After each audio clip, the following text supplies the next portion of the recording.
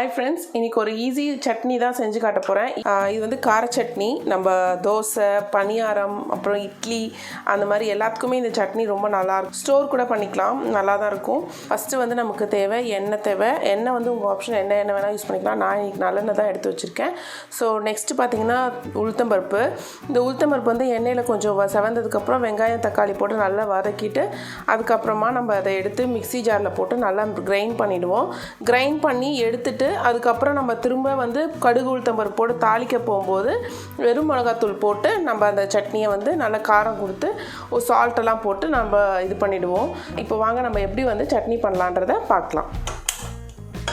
ஆக்சுவலாக இதுக்கு ரொம்ப எண்ணெய் தேவையில்லை, சும்மா கொஞ்சோண்டு எண்ணெய் ஊற்றிக்கோங்க, ஜஸ்ட் அது ஃப்ரை பண்ணுறதுக்கு தான். ஸோ இப்போ வந்து இது நல்லா கொஞ்சம் எண்ணெயில் போட்டு நம்ம வதக்க போகிறோம். இது நல்லா சிகப்பாகிற வரைக்கும் வறுத்துக்கோங்க.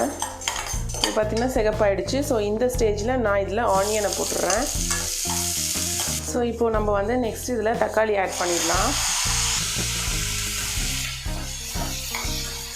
இப்போ தக்காளி நம்ம ஆட் பண்ணிட்டோம். இதில் கூடவே நான் கொஞ்சம் உப்பும் ஆட் பண்ணுறேன்.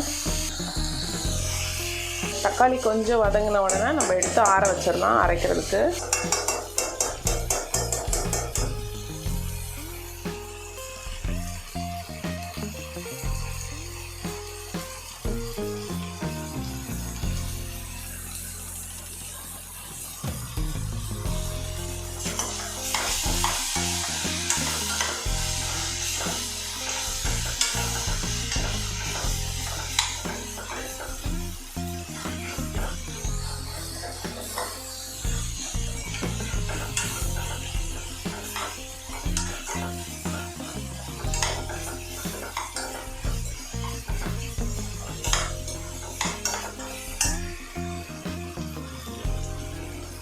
ஸோ இப்போ வந்து நம்ம ஓரளவுக்கு வதங்கிடுச்சு. ஸோ இது போதும்.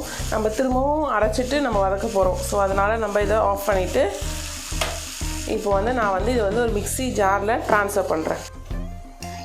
இப்போ பாருங்கள், நம்ம வந்து ஜாரில் ட்ரான்ஸ்ஃபர் பண்ணிட்டோம். இதை ஆற வச்சுட்டு இப்போ அரைக்கலாம். ஸோ தாளிக்கிறதுக்கு கொஞ்சம் எண்ணெய் ஊற்றிக்கிட்டு, ஸோ இங்கே எடுத்து வச்சுருக்கோம் இல்லையா கடுகு உளுத்தம்பருப்பு, அதை வந்து நம்ம இப்போ தாளிக்க போகிறோம்.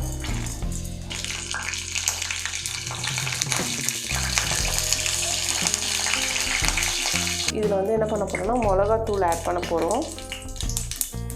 மிளகாத்தூள் வந்து கரெக்டாக போடுங்க, ரொம்ப போட்டிங்கன்னா காரம் வந்துடும். ஸோ அதனால் நான் வந்து கரெக்டாக 1 ஸ்பூன் போடுறேன். கருவேப்பிலை கொஞ்சம் போட்டுக்கோங்க. இப்போது இந்த ஜாரில் இருக்கிற சட்னியை அப்படியே கொட்டிடலாம்.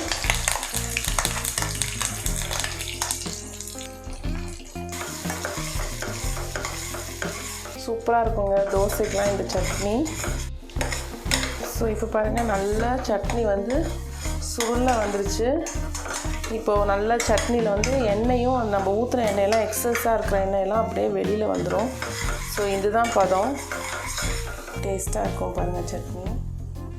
ஹாய் வியூவர்ஸ், உங்களுக்கு எல்லாருக்கும் நான் இந்த சட்னி பண்ணி காமிச்சிருக்கேன். இது கண்டிப்பாக நீங்களும் உங்கள் வீட்டில் ட்ரை பண்ணி பாருங்கள். இது ரொம்ப நல்லாயிருக்கும் இந்த சட்னி. தேங்க்ஸ் ஃபார் வாட்சிங் திஸ் வீடியோ. நான் நெக்ஸ்ட்டு ரெசிபிலையோ இல்லை நல்ல ரிவ்யூலையோ நான் உங்களை மீட் பண்ணுறேன். தேங்க்யூ, பாய்.